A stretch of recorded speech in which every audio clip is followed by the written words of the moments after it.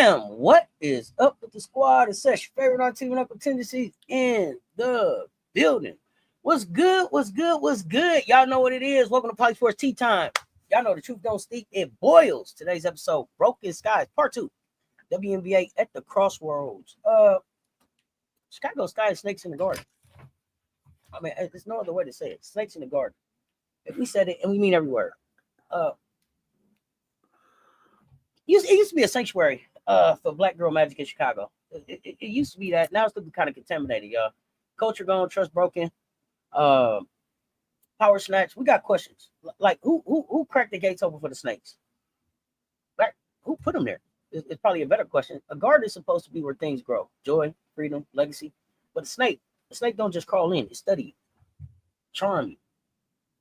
It strangles everything you built from the inside. Chicago had something special, man. They had something special from the front office to the floor. It was sacred, built on authenticity, rhythm, grind of Black brilliance. And now it's looking like a setup, a calculated erasure just in corporate public relations.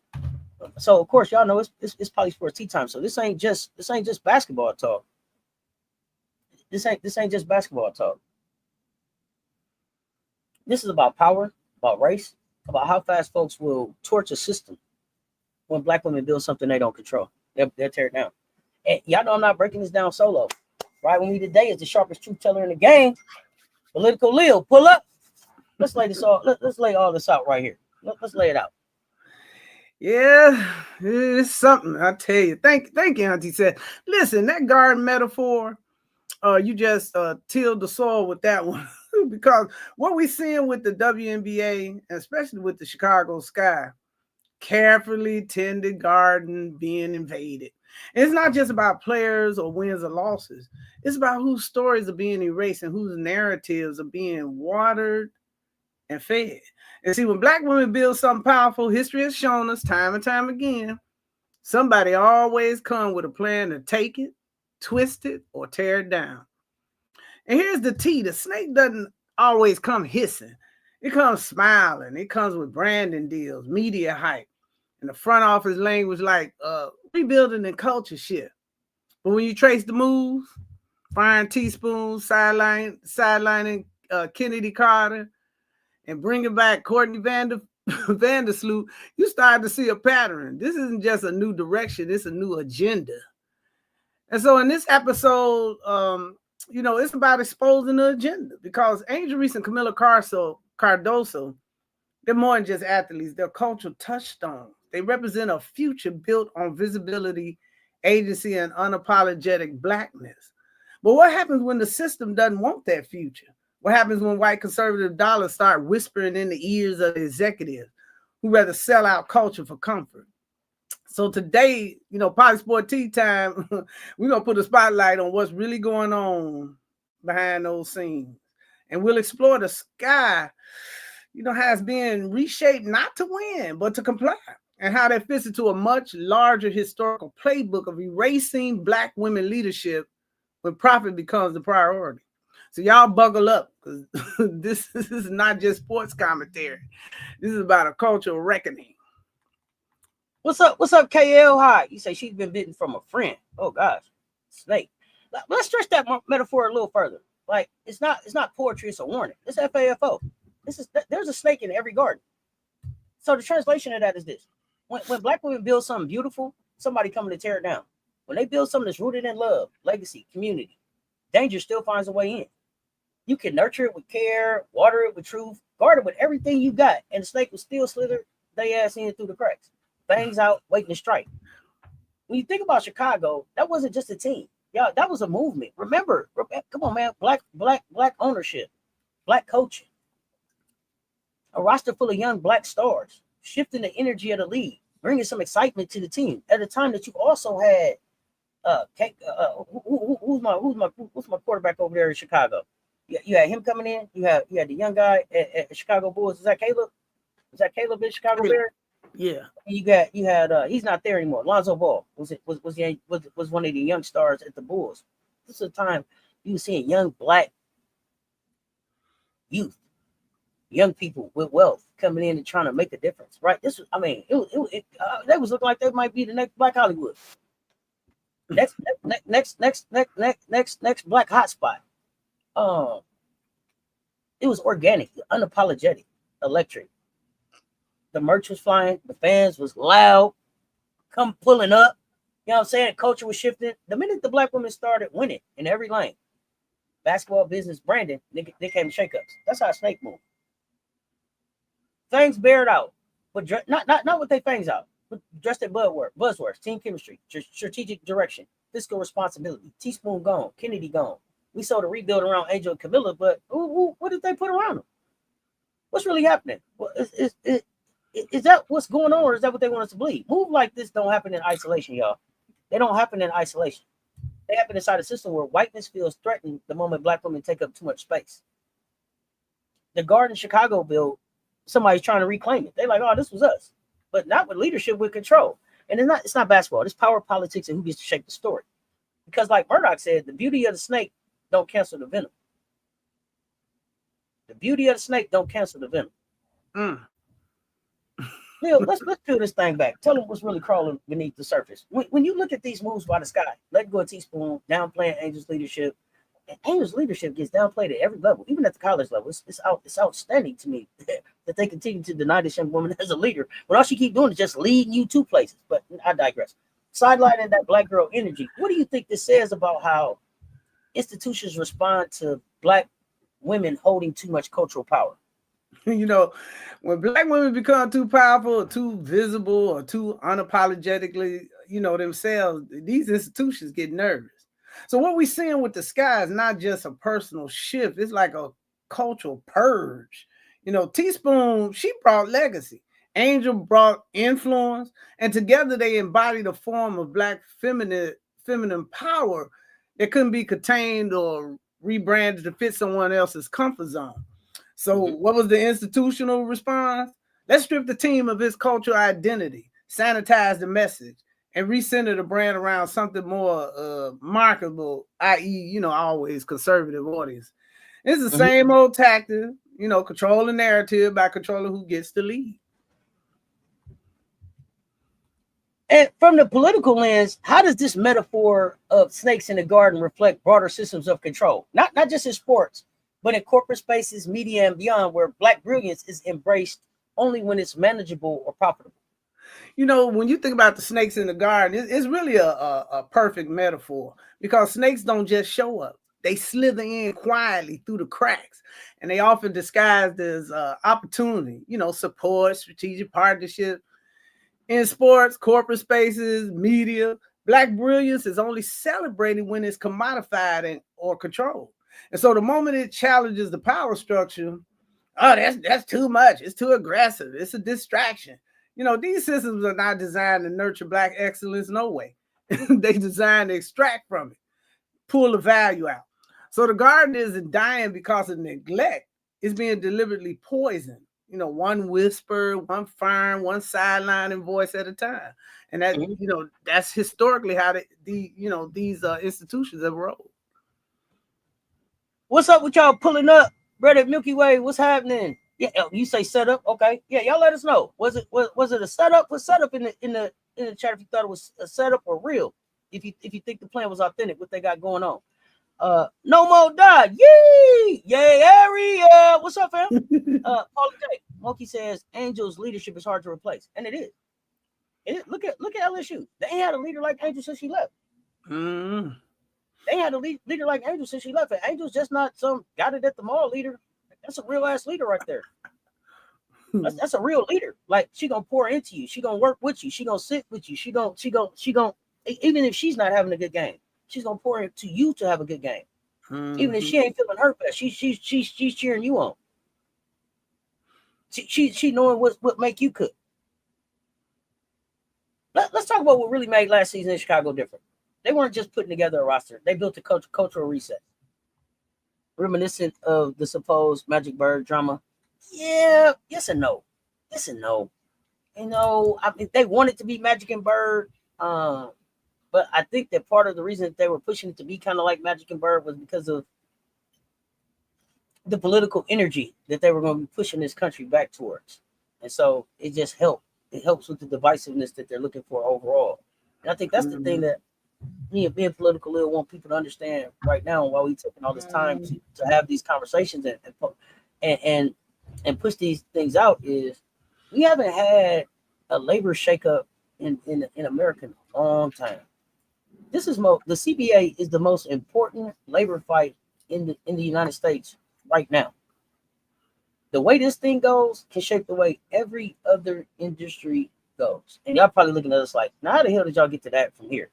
But we for real. But we for real, because it's politics and everything. Everybody's watching. Mm-hmm. If you don't think that they watching the money in sports, tell me about that executive order that 47 putting out trying to control the NIL, how much you can make and all of that. They watching. Sports is a microcosm of what's going on in this nation all the time. Mm-hmm. All the time. This right here is an important labor fight. This right here is independent ownership versus corporate control. This right here is the erasure of the people that bring the culture. So let's get it. Let's get it. Let's see.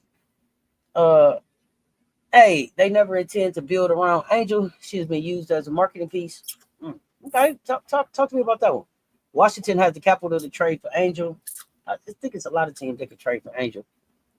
Last year was an identity of grit, and it was fun to watch. Was an identified grit, and it was fun to watch. I think. Michelle, aka 85 Fly, what's up, fam? Brass tacks in the building, what's happening? But Brass, why would Chicago trade Angel? I can't see it happening. But if you're not gonna build around her, why? You've almost fumbled Angel. You get into the third year with Angel and you ain't did nothing with her. You might as well trade something for her because she's out the door for sure at the end of that fourth year. No reason to come back. You ain't built nothing. So the thing is, if you're not gonna really build around her and put something together to really try to keep her there, then you should try to move her to get some value. Because it would be a sad day. It would be a really sad day in Chicago if at the end of their rookie contracts, they both just walk away from Chicago. Mm-hmm. And I'm talking about Angel and Camilla. Could you imagine what that would do? That would just gut the very cornerstone that y'all keep telling us y'all got. Then what? That's a really shaky foundation. It would hurt. It would hurt to see her get traded because I think that she could have been successful in Chicago. But don't let them go for nothing. But you got ownership. You got Nadia Rawlinson, black woman, vision in motion. You got Teresa Weatherspoon, legend, leader, connector, head coach. Angel Reese, Camila Cardoso, rookie core. One's a brand. The one was like Batman. One was like Robin. You know, they both bring their own uniqueness. Then you had Kennedy Carter. It was live. It got a lot. It was dangerous. You know, it was lit. As the young folks say, it was lit Chicago. It was a place to be. That wasn't a team. It was a statement. Even if you wasn't a Sky fan, you was tuning in. We had people in this chat renaming their teams so that they could be a fan of both. Scaces, I'm the Sky and the Aces. Remember? Mm-hmm. The Sky had it. Energy, swagger, identity. That was cool. Black women leading on every level, not just showing up, but owning it. The chemistry was real. Vibe was different. Culture, untouchable. Chicago had tapped into something authentic. It looked like the league couldn't deny it. In the end, the league was like, watch this. Systems always recognize a threat before they can name it. Before it could fully bloom, the soil started shifting. Teaspoon got fired.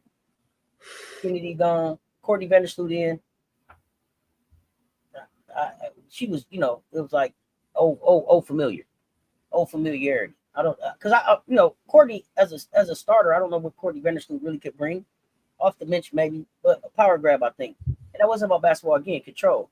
Market the black girl magic, sell the image, fill the seats, then pull the plug before the foundation locks in. Dress it up in buzzwords. Gaslight the public, pivot the story. It's giving erasure. It's giving repackaged whiteness. It's giving sabotage just a structure. So now we name it because they ain't just rebuilding. It's political. It's intentional, and it's loud if you know how to listen. Look, your lens is built for this kind of truth. Do you think that the black girl magic we saw rising in Chicago was ever meant to last, or was it just a temporary marketing tool to kind of ride the cultural wave before going back to that safe identity? Well, when you look at the political climate, it was built, built in, and when you consider who was in the White House at that time, it looks more and more like the black girl magic moment. It wasn't meant to be permanent. And it was just a performative nod to the movement, not a commitment to the mission. And so the Sky capitalized on a cultural wave. Black athletes were trending, brands were scrambling to show solidarity and diversity, became like a buzzword with, dollar signs attached. But once the media attention cooled and it was time to invest in building something lasting, and the political climate changed, we had a new 47 come in, the energy shifted. And instead of deepening that commitment, the Sky retreated. It's back to the comfort zone, back to the traditional power structure, and back to what feels safe for, ownership and sponsors. It was just magic on a timer if you kind of look at it that way. Okay. Let me see what y'all saying here. Brass, you saying Washington is back home for Angel? Remember, but here's the thing: for everybody that keeps saying Angel back to Washington, remember what Angel said about Washington? Remember what she said? Angel said she ducked her head down and was like, "Oh God, they picked somebody. It's not going to be me." Angel didn't want to go back home. So has something changed where Angel wants to go home now? And what does that do for her brand? Like, I can see Angel in a New York. I can see Angel in a LA. I can see Angel in a Golden State. I can see Angel in Atlanta. Y'all make Washington make sense for me. And I'm in all seriousness. Like, we heard out of Angel's own mouth, she didn't want to go there. In the political climate now, that's not a place for her. Yeah. Y'all think Washington D.C. is where Angel trying to be?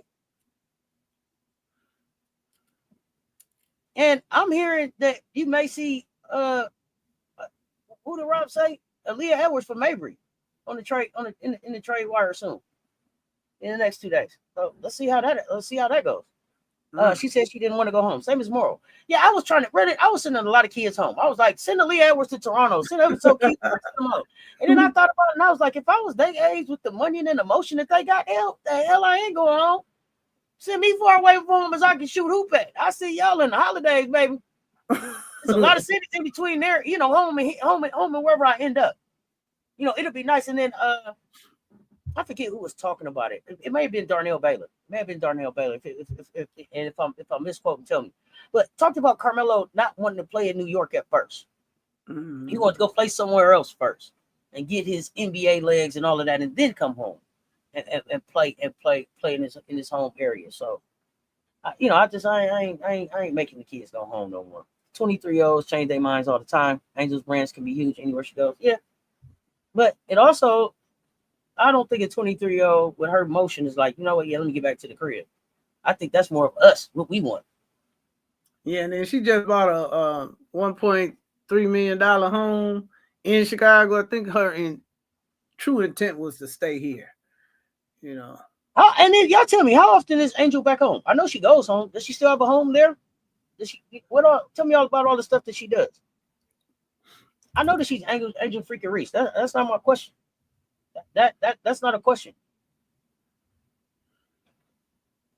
Think about Washington, D.C. How much time you spend in Washington, D.C.? Do you like it there? How do the blacks feel? What's the political climate? That's the main thing. The political climate is.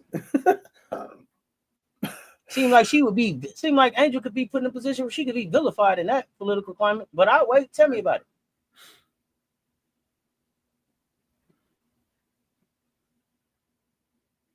Angel could come here to Dallas. I heard something about Angel to Dallas too. Angel could play on any team. That's where can Angel fit on a team is not a question. Her motor says she can play on any team. Mm-hmm. Who turns down a double-double? Who turns down a walking double-double? Tell me the team in the league that can afford to turn one down. Not even the number one league in the team. Not even the number one team in the league can do it. But they need a big right now with a motor like her. Mm-hmm. Facts. Definitely. The black population is huge in DC. That's fine. The black population is huge in Chicago. The Angels brand ain't just about the black population. I'm still talking about the political climate. Brass tacks, and that's the part that you're not talking to me back about. I'm talking about the political climate in Washington, DC. Do you think that she could come to that city and move and shake how she wants to in DC? Tell me.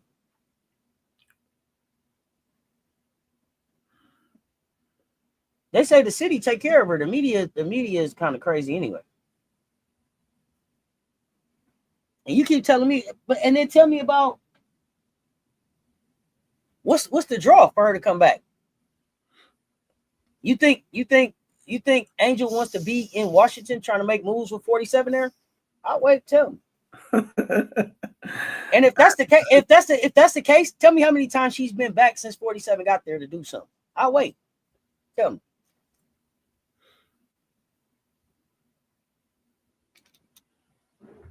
Chicago is a uniquely positioned media market. That's one thing. Make it make sense for me. If you can make it make sense, I'll understand it.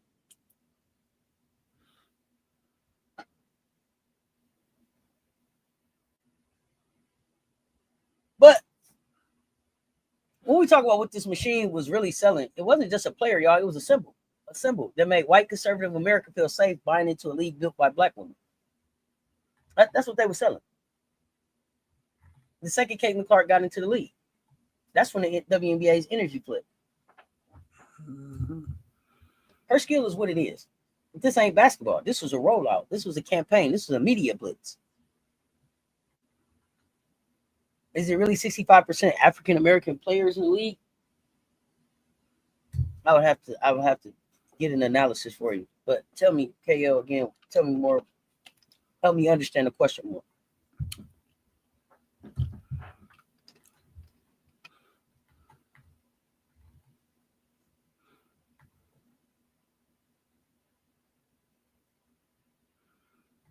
But that kind of push that says more about who they want to spotlight than what's actually happening on the court.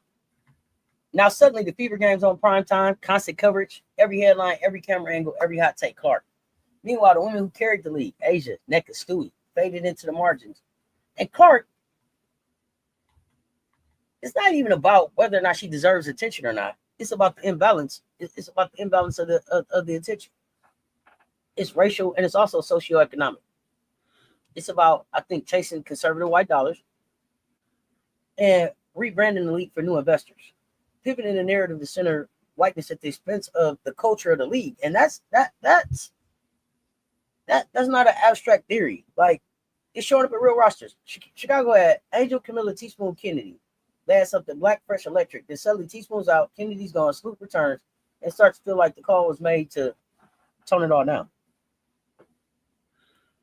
That's beyond basketball strategy. That's like cultural correction. The calculated move to rein in a version of the league that looked too much like us. So we smack in the middle of a cultural war, just like sports coverage. Just wondering what the motivation could be behind the hatred towards certain players. What? Talk to me more about that. What certain players are you feeling like are catching hatred? And while I'm waiting on that, Lil, how do you see Caitlin Clark's media rising being used politically, not just to grow the game, but to center a specific image of who the NBA is, who the WNBA is for? Caitlin Clark rise, it wasn't just about basketball. It was about branding, power, and politics. And the media machine around her isn't organically there to grow the game. It's strategically reshaping the narrative of who the WNBA belongs to. Now, Clark has been positioned as the Great White Hope, a sanitized, apolitical symbol that corporations, conservative fans, and even lawmakers can get behind. When you hear talk of a government protecting Caitlin Clark, that's not about player safety. It's about nationalizing a storyline. It's about codifying her image as the face of the league while, undercover erasing a black woman who carried the league on their back for nearly a decade. Now, we've entered a phase where her presence is being weaponized. And that started all the way back to the title game when the Democrats, thought it smart to send the first lady down there to that game. So she's being politically weaponized. And it's not her, directly, but the system around her. And that's to signal a new era of WNBA that they consider more digestible, to middle America. So this is about market expansion through racial sanitation. and it's a political move. It's massive sport marketing. But let's be clear: Black Girl Magic built this league, but it's white girl innocence that's being elevated as the future. And that's just grossly unfair. And I think that it would be smart of us to educate ourselves as to what's happening politically in sports, because I also see it happening in the NFL. And pretty soon it's going to roll across all the leagues where we have any black dominance. It's something we need to pay attention to, and we have to fight against it. You just can't let these women be erased like that. That's up to the fans to make sure those pioneers remain relevant. Hey, Edward Stevens, I see you saying it's about the money, whether you accept it or not accept it. And if it's just about the money, then how come the private investors, minority-led groups, none of them was able to give their money? They had the same green money the other groups had. They had the same amount of money. They had a good plan. They had, why is it? And you can't tell me that it's a coinky that all of the private investors that came up with an opportunity to try to buy a team in this league were told no. And all of the NBA ownership groups were told yes. You can't tell me when you look at this that you can't tell me that it's not a strategy and it's not racially motivated, whether people want to admit it or not. So you got to be able to peel back layers and have real conversations about why we don't see black ownership in these leagues. Why we don't see real black leadership in these leagues? Why we don't see real black? Why we don't see real black decision makers in these leagues? Black, brown, minority, however you want to call it, it's white geared and white led on the backs of black and brown people. Right. You exploit the labor, but you don't want nobody look like them in no kind of corridors of power. If it was just about the money, where are the black coaches? Where? Oh man, Don wrote an article about that about almost 10 years ago now. Where the black coaches going? Single file line out the door. Single file line out the door. You telling me there ain't no other black coaches that could coach in this league? No other black female coaches that could coach in this league? It's not on accident. And I'm not telling y'all that some memo went out that said don't hire no black people. But it's baked into the culture. It's baked into how they move. It's baked into the places that they look. If you only keep looking at places where ain't no black people, then you don't have an intention of bringing any black people in to the leadership. The only black female coach is in Seattle. She's hanging on by a thread. God dog it.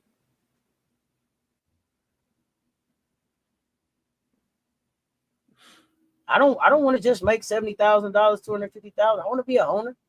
I want to be able to make a profit. I want to be able to infuse my ideas and my chances for advancement and growing the league. It ain't just we forgot to get a black person again. That ain't what the hell happened. Doggone, we forgot. Stop it. That ain't what's happening. Oh, you want to do something different? You got to do something you never did. And y'all got to think about how they rolled it out. Remember, they rolled it out as progressive. We're going to be the progressive league. We're going to change the game. We're going to open opportunity. It's going to be inclusive. That's what you sold.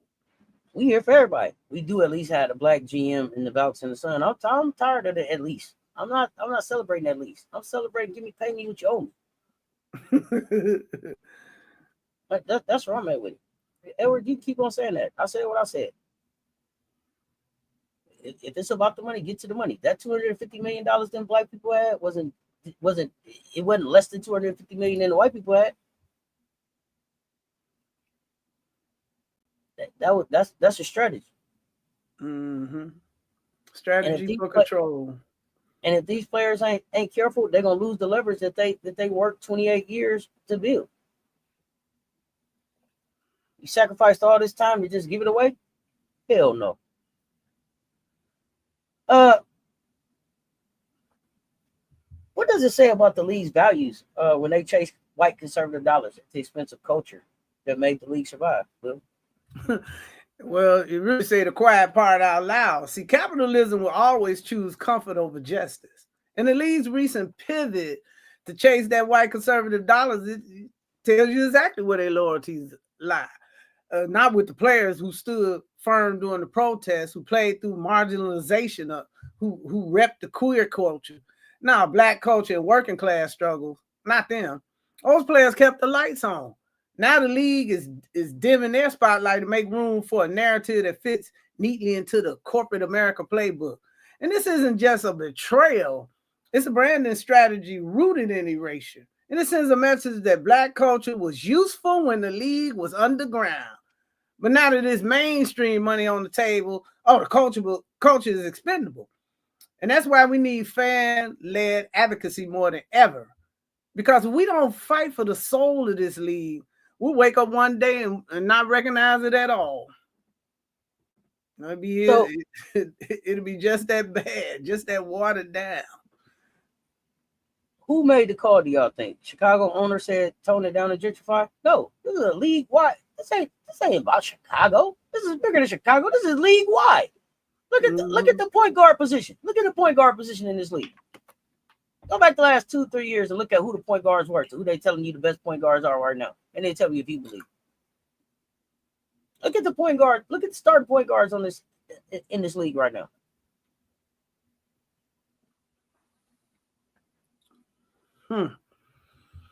Let's take it back. None of this is new, y'all. It's not new. The disrespect we see is a pattern, and I'm tired of the pattern actually. Black women built the house, plant the seeds, carry the load, hold the line, breathe life into it. And then credit control or the coin, the system switch up. And that ain't who, that's America. Civil rights movement, black women, backbone. Oh gosh. My auntie tell the story in a way that make me laugh. But when I really thought about it, it was like, damn, you're right. She was like, my auntie say, black women always catch the short end of the stick. They got Martin Luther King around here, like he started the civil rights movement. He wasn't the one that didn't get up off the bus. That's a good one. When you think about it, it's true. That joker was not the one that didn't get up out of his seat. He was not. It was a black woman. Black was the whole backbone. Organizing, strategizing, executing, resting, sitting down, getting up, going to jail. But when the cameras roll, we got cropped out. It's not a knock on Martin Luther King Jr. I'm just saying. We got cropped out. Same thing in the boardrooms, campaigns, classroom, studios. We show up, we show out, and then get shoved aside the moment our brilliance becomes profitable.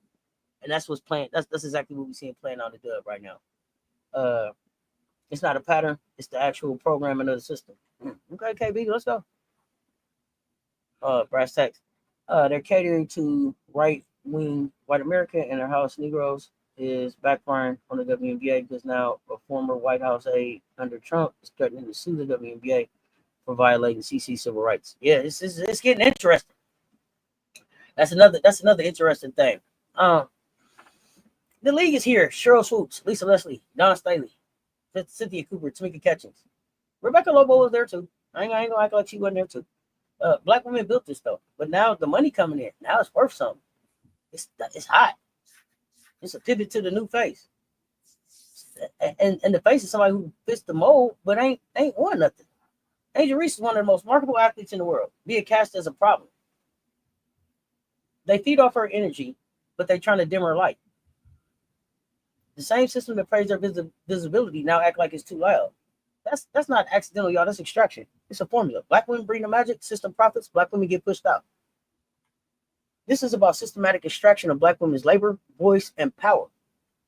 We're good enough to fuel the machine, but not allowed to drive it.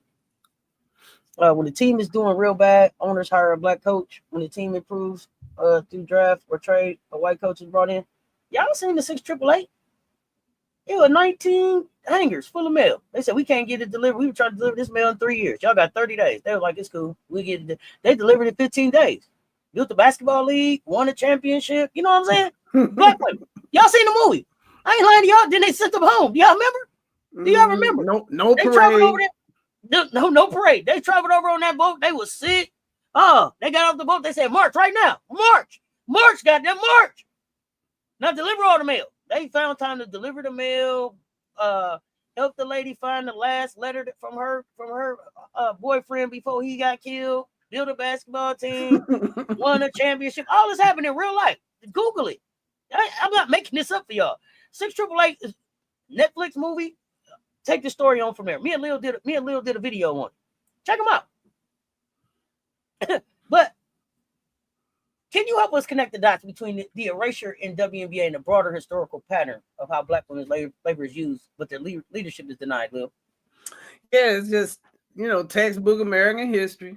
Black women have always been the backbone, whether we talk about the cotton fields, civil rights movement, or professional sports. And our labor, our style, our voices, constantly mined for the value.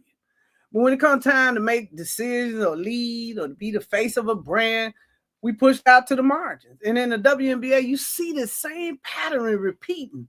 Black women carry the lead through its toughest years, through social justice uprising, got them through COVID bubbles. But now that there's corporate money and a mass appeal on the table, the league seems ready to repackage itself with a whiter, quieter face. And this isn't just about one player on one team. It's just structural. It's a commodification of Black excellence without the corresponding elevation of Black leadership. It's saying like, yeah, we want your swag, your activism, and your grind, but we don't want your voice at the table. And that's real theft, not just of labor, but of our legacy.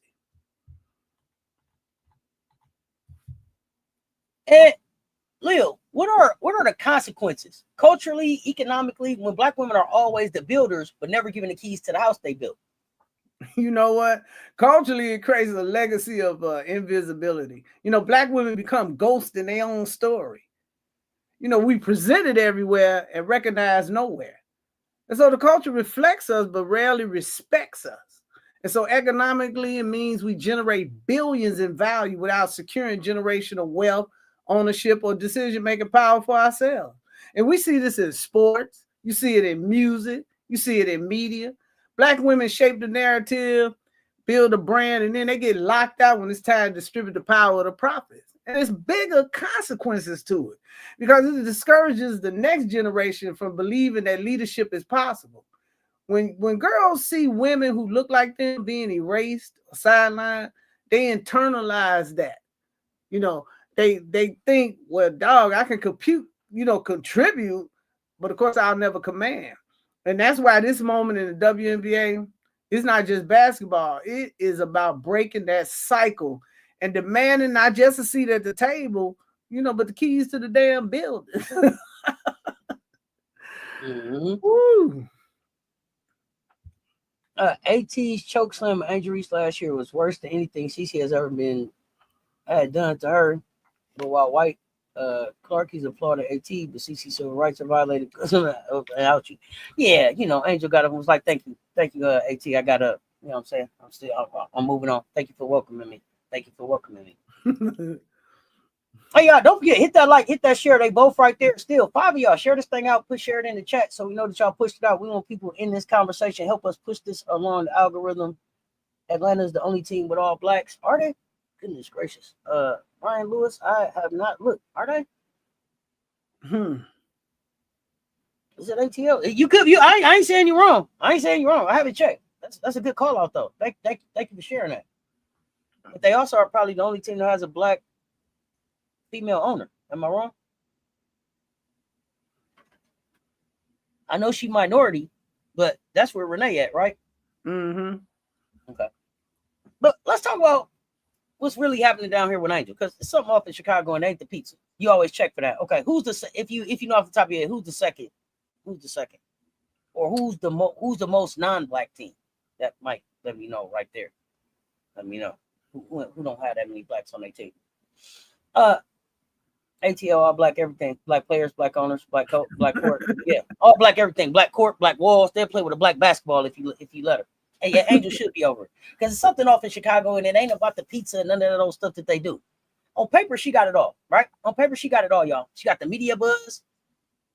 She got packed arenas, number one jersey sales off her website, fan base that go hard. But when you go out and actually start looking at what they really, the foundation really being laid around her, it don't look like real support. It look like some sabotage. You like, well, this what you, this what they got you. Ask for it? I don't know. It's weird. It's weird if you start checking it out. You draft Angel Reese. Coming in, I told y'all she had like 5 million Instagram followers or something. I don't know what the number was, but she had more followers than the league. You draft her, she's marketable, culture moving, and then tearing out everything she needed to thrive. Teaspoon gone, Kennedy gone. They ain't building no more. I don't know. Her ally, her spark, her protection. And then you was like, you know what? Well, we got you though. Here go Courtney Vandersloot. She got you. And that's not a knock on Courtney, but when you coming into some place and you got some people that look like you, it's gonna bring you along the way. Mm-hmm. It just feels different. You can trust a little bit different until you can get to know the other faces in the space. That welcoming committee that bring you in. People, a lot of times, people don't even understand how important that is. Coming into a new job or whatever, you look around and you look for, no matter who, you still look for something that's like you, in whatever way that is, right? Suddenly, she's not the future now. She's a project, a rookie under surveillance, what she became last year. And that's control, not development. It's a setup. And on the surface, it looks like elevation, but underneath it's isolation. They're using her to sell their brand, but making sure she don't get no power. Making sure that power comes with actually winning. This is what exploitation in real time looks like. Use the image, push the merch, sell the narrative, but never hand over the tools to succeed. Now y'all told me her jersey sold out last year. She ain't make $1 off of it. But as soon as the L start piling up, it's Angel fault. Angel need to give us more. She's a distraction. Look at her attitude. Undermine her leadership. Flip the script. Black brilliance on posters, but not in the power structure. Intentional, not mismanagement. Angel legacy been rerouted before it can even get started, y'all. Mm-hmm. Her legacy has been rerouted before it can even get started. We should be talking about her as a professional that owns 2 leagues. A professional with ownership in 2 leagues, but that ain't what we talking about. I don't understand the hate she receives either. When we look at Angel's situation, Lil, do you think this is a case of incompetence by the Sky's front office, or is this a calculated setup to break her down and control the narrative? Well, it may look like incompetence on the surface, but once you pull back the curtain, it feels a lot like it's more of a calculated setup. You terminate a coach Angel and Camilla were close to, with both having connections. Teaspoon was connected to both of their college coaches. So you tear down the trust lineage they had with Teaspoon. And then Angel Reese didn't just bring her talent. She brought cultural influence. And Camilla brought a whole nation, 200 million strong behind her. See, these people were unapologetically Black. They were confident and brands and had a mass following. As evidently that was a threat to what I call a weak traditional power structure in the Sky organization. And so the Sky front office didn't seem ready to build around that kind of energy. They just looked more interested in taming it. So the mishandling of them 2 cornerstones, the mixed media messaging and the soft tone shifting, more so around Reese leadership, I don't believe it was random. I think they were strategically signaling, that they wanted to humble her in the public eye. And I even feel that currently sidelining her under this back injury is part of a plan to trade her and label her as a disgruntled player. And that's just my opinion. Not saying there's any truth to it because I really don't know, but that's the way I feel. And I think the plan now is to feature Camilla as the centerpiece and exploit her, until she plays out. So it looks like to me that they've decided to split the pair and then discard them, both of them, eventually. And I feel like that's a classic control tactic. You elevate the player just enough to monetize her. Then you destabilize her so that she stays in check. It's not about developing Angel as a franchise cornerstone. To me, it's about managing the narrative so that her power doesn't overshadow the Sky organization. And to me, that's mismanagement. Well, it's not necessarily mismanagement. It's more so messaging. To anybody, thinking about coming in the organization. And I've seen it done not only to these two young ladies, but they did it with the first black coach they had. That woman came in there after 8 years of total failure, never been to the playoffs, got them to the playoffs, got them to a finals, matter of fact, and had a winning record when they refused to renew this young, the coach from Brazil, name always slips, refused to renew her contract. It's put on out to pasture. And this is the same people that's been in place 20 years. So to me, it's just a bunch of people that's worried more about, control of people, their organization. Act like Angel's gonna run off with the keys, and it wasn't nothing like that. And then you got this girl out here recruiting, asking, trying to use her influence to sucker other players to come to that ridiculous organization, and then she pointing out that they don't even have decent apartments and needing this and need. I mean, that's just absurd. You've been in the game that long. And then I blame the WNBA too. Why do you let people come into these leagues and be owners and then not have a standard across your league as to what kind of work facilities they're going to have, lodging facilities, whatever, vehicles, whatever they're responsible for, and you subsidizing a mess. These people ain't doing nothing but clipping that money and, whatever subsidy the NBA is giving them, some they must be clipping off the top. Now, I don't know that for sure, but I'm just saying, it just seems like all it is about, making, a little bit of money real fast instead of doing something long-term to build a real business. I see you, Brass, but I ain't letting them off with they just incompetent. I'm not letting them off with incompetent. And the reason I'm not letting them off with just, it's not intentional. They just don't know no better. Yes, they do. And been doing it for a long time. And you know how I know they know better? Because they knew to fire Teresa Weatherspoon when she had them headed to the playoffs. They fired her as she got, the more successful she got, the closer she got to getting fired. And I'm with you, Shomar. It's so sad that they would rather lose than celebrate Black girl magic. This is on purpose. Right, they sitting in them back rooms. They not. These people are not stupid. Michael Alter is not a successful commercial real estate developer, because he doesn't have common sense. He has plenty of common sense because real estate is one of the most cutthroat games you could get in. It's worse than music business, you've asked me.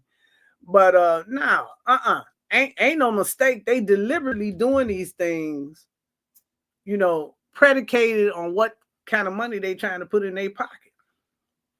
And the thing about a plantation mentality, your thing is to extract that labor without it costing you anything. And the closer you can get to that formula, the better off you'll be. And that's what it is.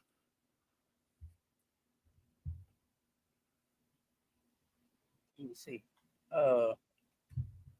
When LeVar Ball said his boys were bigger than the game, almost everyone called him delusional. Angel came in and manifested that sentiment, and she scares the shit out of this league. The NBA has only subsidized the teams owned by the NBA. That's right. You had to be extra slow to do that Mabry trade. Tell me why. Tell me why. Tell me why you got to be extra slow to do that Mabry trade. Because their trade about Mabry ain't about this season. You think they setting up for a blockbuster trade for Angel? I ain't gonna say it. Oh, Brass. Here's the thing: you can set up for a blockbuster trade for Angel, but if Angel is not interested in being in Washington, do you want a disinterested Angel in Washington? Now, if Angel wants to be in Washington, that's cool. What would you get? What do you give up for Angel? And for the pieces that they giving up, does Angel start or does Angel come off the bench? Because Shakira is still there, Aaliyah Edwards is still there. Oh, Kiki Ola! They're not giving up them young pieces. I mean, the kind of trade value that Angel would have, Washington not gonna give up their young pieces. Not they key young pieces. I put it to you like this, not them key pieces. Sydney understands. Sydney have a heart. I'll say that. And I doubt that he would want to send anybody into the mess he just left. So I don't think there's no dealing there unless it's somebody that just want to get out of Washington. I can't see, anything can happen. Don't get me wrong. Not saying, things are not possible, but I think he loves what he has. And I think he enjoys what he's built. And he knows what's on the other side of that door. And unless he's ready to throw one of them girls under the bus, I wouldn't send a dog catcher to Chicago. Woo. Let alone a player that I have some relationship with. No, not me. I've been hearing Angel to Dallas. Angel to New York. I've been hearing Angel to Dallas is cool. Angel to Seattle makes no sense to me, y'all. Angel to Seattle until Seattle figures out what their identity is and who's the leader, how they close. I wouldn't send nobody else there either. Dallas.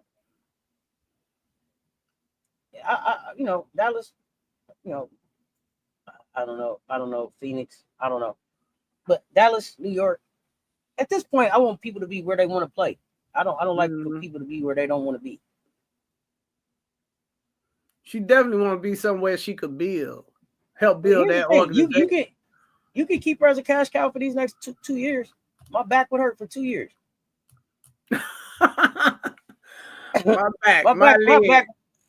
My back would hurt for 2 years. I'd be around this thing like what's my other man's out of LSU? What's my boy name? Ben. I'll be around here like Ben. You think Chicago Sky wants CC? CC's not going to Chicago. That's not gonna happen. So they can move on from that. CC don't want Chicago. But let's get into the politics, because this is where the game really gets slick. Plausible deniability. Corporate strategy where rules look progressive on paper, but designed to protect the status quo. That's exactly what you see in Chicago. Hiring of a black male coach right after firing Teaspoon. Hiring of a one-year coach after you just told me that you wanted experience to win the championship. Right? Make it make sense. You hired a first-time coach. Allow him to admit error. It's called white entitlement and incompetent. He relies on analytics to do something you got to have a feel for the game to do. His methodology is incompetent, but his entitlement won't allow him to admit error. Okay. Yeah, Ben Simmons. Ben, that's him. Yeah, be around just like Ben. Back hurt till I get to where I want to be. And don't get me wrong. I like Ben Simmons. Ben Simmons, I knew that Ben Simmons, I understood that Ben wasn't a superstar, but Ben could play on any team that I had because he defends, runs the floor, has great vision, and don't mind finishing at the basket. They didn't want to use Ben right, so they scapegoated him. But plausible deniability. Let's get back to it. It's performative. It's a shield, not a ship. Management wants to say, see, we're still diverse. We're still inclusive. But when you really get in there, like when you really zoom in and start looking, well, it's a buffer. It's something to point to when folks start asking, what happened to all that black girl magic? They don't want to talk about that. It's the same entire play. They put a black face in there, avoid accountability, and keep the power structure untouched. They're like, not black girl magic, but we got Tyler. We got Tyler. Mr. Potential in here dropping your like. Mr. Potential, I ain't seen you in a minute. You popped in here the other day and didn't speak, and then you ran off. But I had to give you props. Every one of them that you said on potential, and I wish you'd have did the videos, have all shown me their potential. I give you props. Salon, Let. I don't know so much about Timpson. It was one other one that you said, but they all hit. I told you was onto something. I'm telling you, drop them videos. Angel doesn't need to lead the dub. I don't want Angel to lead the dub. They were scared the Sky were going to be the bad boy Pistons, but they weren't. They were going to be the Sky. Mm-hmm. They were going to be the Sky. But this is optics politics, not equity. Now, when the fire starts, when the culture's off, the record's slipping, the media heat rising, ownership ain't nowhere to be found. They got Angel out there. And people look around like Angel ain't been here but about 17 days. Why she out here? She wasn't the one making all the decisions. She wasn't the one making all the calls.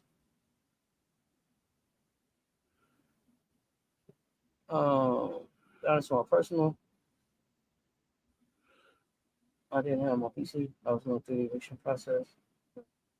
Okay, got you. Okay, got you. Now watch. I get calm with these. Man, you all right? You ain't nobody paying attention. You good, bro? Yeah, you good.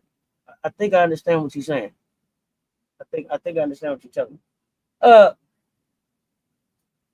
Who's actually running this is the question that we really got to ask. The coach is the face. He ain't pulling no strings. That's in the back office. That's where the real decisions live. Contracts, the roster, the direction. And you place a black coach into a chaotic, unstable situation without real backing, and that's not empowerment. It's a setup. That's a trap. That's the overlay for the underplay. But he about to go down. If you don't look around you, but they was on some remember the Titans type stuff. If you lose one game. He said, what about my girls? They go to school here. I move so lose a game and see if they don't pack you up out of here, homie.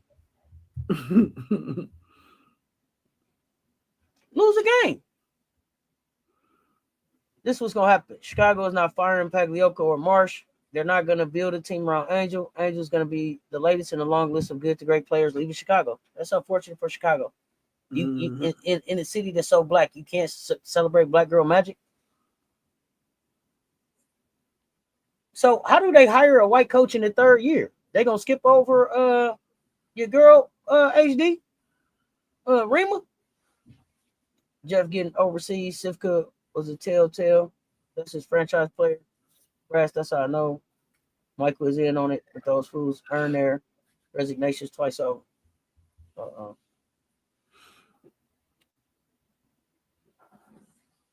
We don't do symbolism or substance over here. Representation without resources, that's decoration. You said they sure are. They're going to skip over Rima and hire a white coach? That's what you saying, nephew? Oh, no. Let me know. Lil, do you see this coaching hire as genuine inclusion? Or is it just window dressing to cover up some deeper systemic issues inside the Sky organization? You know what? If we're being honest, it feels a lot like window dressing. You know, the timing of the hire, lack of transparency in the transition, and absence of a clear support system. That all suggests that it wasn't about building long-term stability. It's about the optics. Now, it's hard to celebrate inclusion when it looks like a reactive PR move instead of a proactive commitment, to equity.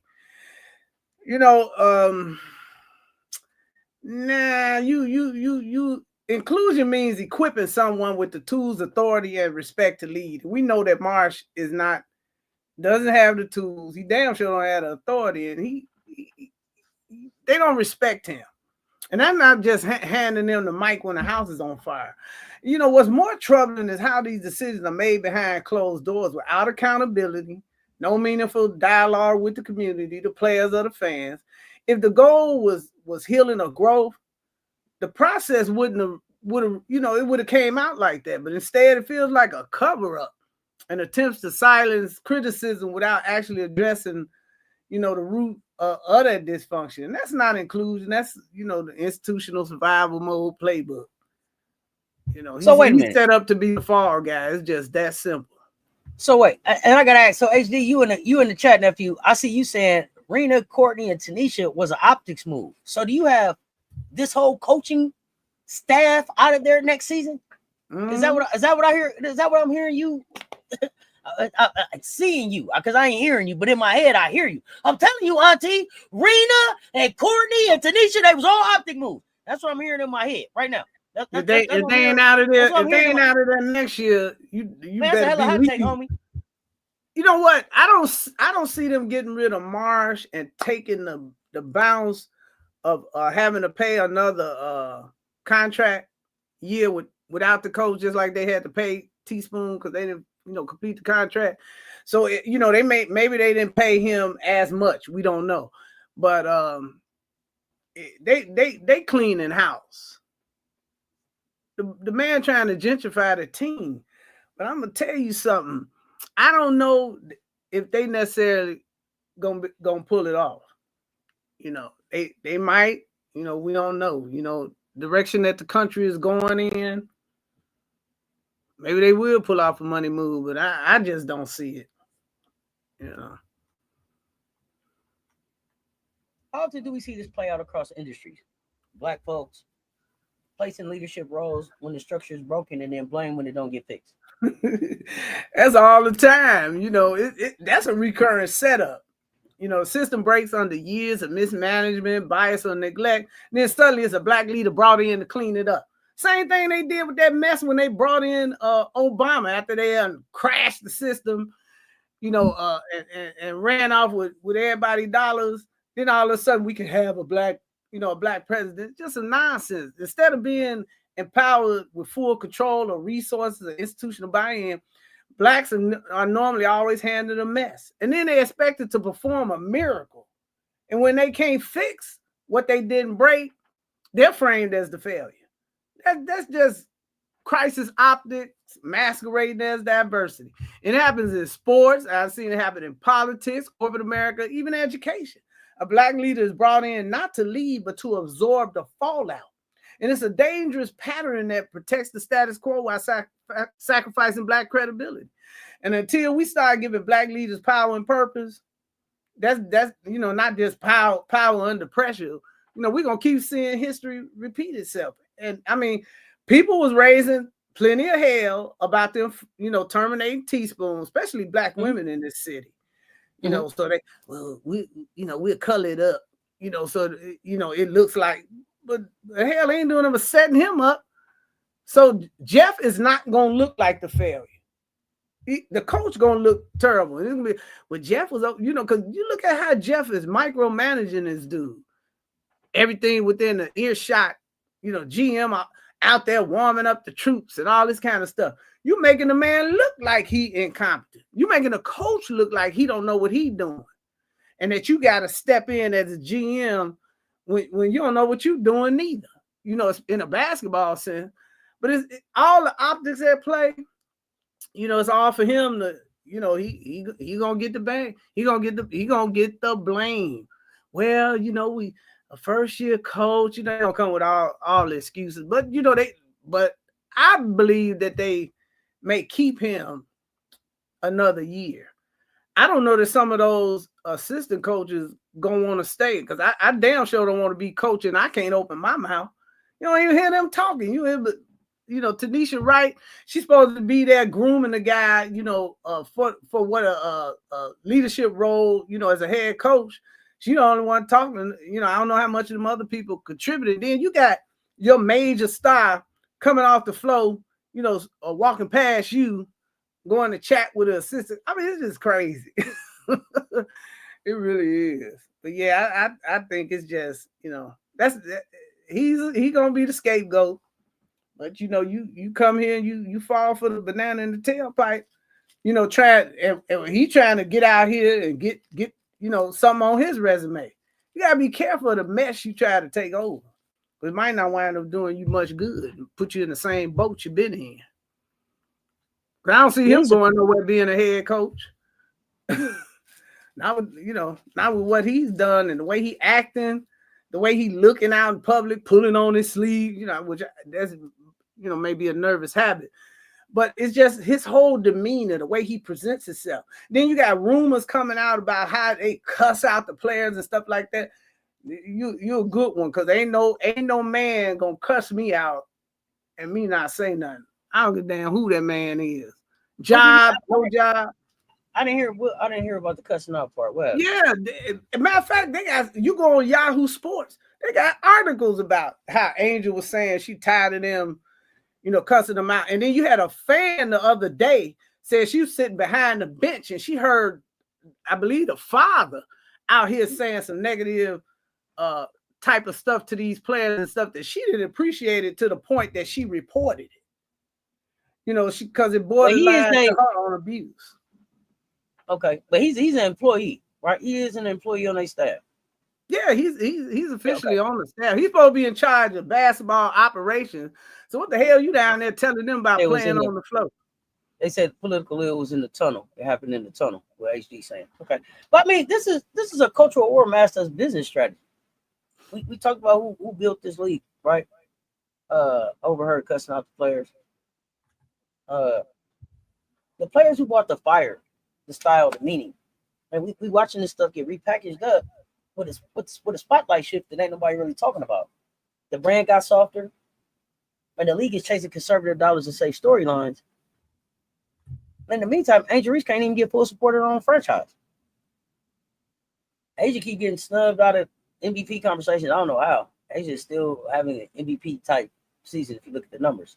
The wins don't say so, but Asia as an individual award, well, there's that. Meanwhile, we got white athletes being handed primetime slots, pre-written legacies. That's not coincidence, it's control. The timing says everything. Right when black women are standing taller, speaking louder, owning more space, that's when the pivot happens. The machines start redirecting the shine. That's how power plays defense, by rewriting the story before it has to share the stage. That's a calculated political move. Asia is an MVP. If her team record was better, she would be front runner. Okay. I don't see how she's not in the conversation though. But when white money steps in, black culture gets edited, sanitized, muted. And if we stay quiet, the W will become yet another space where we be talking about. Remember when we used to run the dub? I'm tired of us having to do member wins. I'm tired of member wins. Member win, I'm tired of that. Black women built the foundation just to watch somebody else claim the crown. How does this push to center whiteness in the WNBA reflect a broader cultural backlash against unapologetic black visibility? You know, this push is part of a larger pattern of cultural correctness. Well, we call it backlash. You know, but it really looks like a coordinated effort to neutralize black influence. You know, we saw black women leading the way during the WNBA most politically bold seasons, raising the fist and kneeling during the anthems, and calling out the injustice unapologetically.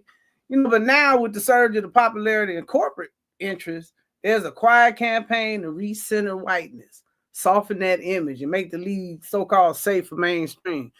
That's not accidental. That's strategic. Unapologetic black visibility, that makes people just uncomfortable because it doesn't conform. It disrupts. And it forces confrontation with systems that benefit from our silence. And now that the league has a white superstar they can mold into the face of the future, there's a clear effort to pivot from protest to palatability. We see it happen even in the NFL. And it's not just about who plays the game, it's about who gets to define it. What's the danger in allowing corporate dollars to rewrite the cultural identity of a league built on black womanhood? You know, the danger is erasure. When corporate dollars take over the narrative, authenticity gets replaced by marketability. And the WNBA wasn't just built, you know, by black women, but it was sustained by their creativity, resilience, and community engagement during those years when nobody gave a damn. And so allowing outside money to come in and reshape that legacy into something more digestible for just a white audience, that means commodifying the culture without crediting its creators. It's like theft with a smile. I'm going to rob you and grin in your face. And so, give you money. Give you money. Come on, man. What? Yeah, that you know, that creates some short-term gains, but it's at the cost of long-term trust. And culturally, it sends a chilling message to young black girls. This space is yours to build, but not to lead.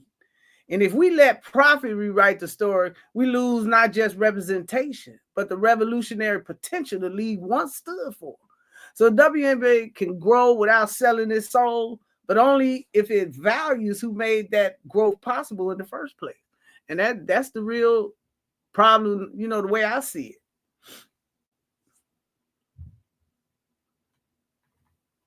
Going on here. So yeah, we got WNBA hoops coming up. We're getting ready to wrap up. But let's bring it back to that Murdoch metaphor. Because in the garden of black culture and sports, snakes are real. Snakes is real. And so are the weeds.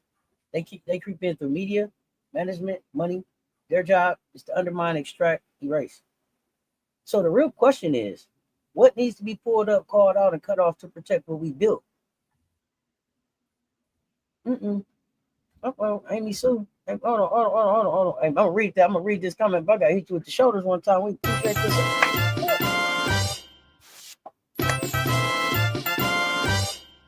Hey, we appreciate this. Let me see what you're talking about up here. They're using a modified paper bag test to pick players for the Chicago Sky. Oh God, craziest thing I've ever seen. I hope Angel gets the heck out of there. Golly, Amy Sue, that was working right there.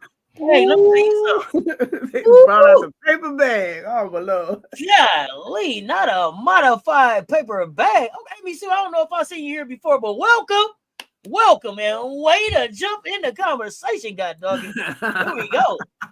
We can build, but we cannot own. Okay, let's go. Brass tag. Yeah. Goodness gracious. That's on, but it's on all of us, y'all. Fans, media sponsors. If we don't hold teams and leagues accountable, they'll keep selling black brilliance while silencing the voices behind it. Is this true? They said they fired Marsh. I haven't seen it. Candace Parker is not part of that system. Not part of what system? I don't know what system you're talking about, Austin. Let me know. You gotta tell me. I don't know. Our athletes ain't props. They power. Political figures. Cultural architects. Game changers. Angela Davis said it best. I am no longer accepting the things I cannot change. I'm changing the things I can't accept. I am no longer accepting the things I cannot change. I'm changing the things I cannot accept. It's not a quote, it's a charge. Silence is complicity. This your call to action. Use hashtag respect their game on every post. Join the Respect Their Game advocacy group. Support with your clicks, your voice, your wallet. Check out our previous PoliSports Tea Time episode, y'all. Because this ain't just sports talk. It's political education through the game. Next episode, we're going to dive into the WNBA CBA fight, BRI breakdowns, salary structures, and why at-will employment is the legalized theft keeping these women underpaid. At-will employment. But we need y'all to subscribe, ring that notification bell, comment, share, like, and most of all, y'all spread the word. I need each one of y'all to bring 10 back to this conversation the next time. Every league is trying to whitewash culture and rewrite the narrative. This is the moment we fight back for ownership, for truth, for legacy. This is PoliSports Tea Time. We're not here to play. We're here to protect the culture. Lou, what you got before we get out of here? Hey, keep following us. Keep telling people about, the show. And we're going to continue bringing y'all political education through sports because, the time is now. If we don't try to, keep ourselves in the game, we'll be out of it in a New York minute. Absolutely. Black and White Reacts. What's happening, fam? Sporting Page, what's up? Sporting Page, shout out to you. I appreciate the support. I appreciate the shout out that you put out about Cess Talk Sports. Appreciate you coming through. Y'all give Sporting Page a follow. Sporting Page supports Angel Reese, 23-year-old young lady navigating through the world of these rats. She has shown great strength. She got to always be watchful. Absolutely. Mm-hmm. You guys had a woke show. Sporting Page, I do appreciate that. I did see that shout out. I appreciate that. Salute, fam. I appreciate that. The show needs to be on the podcast. We will be uploading it as a podcast, and we will be getting we'll do a soft launch on the website here soon, and then a full launch for everybody to be able to sign up for the advocacy. So for the advocacy group. So be on the lookout. This ain't just a podcast; it's a movement. I'm in this thing with my truth teller and my system sniper, political Lil. Y'all know what it is. Until next time. Until next time, man. Y'all stay watching. Y'all stay looking. Y'all stay tuned. Talk soon.